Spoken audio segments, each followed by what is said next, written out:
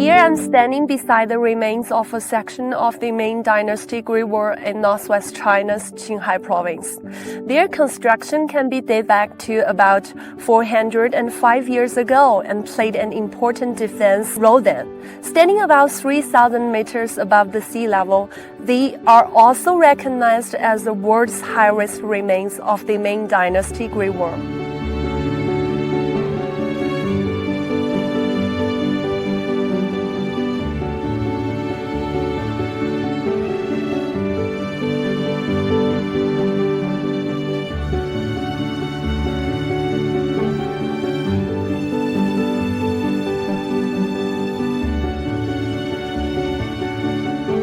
大同县的这个明长城呢，是保存比较完整的，聘请了17名长城义务保护员，加强这个长城的保护管理。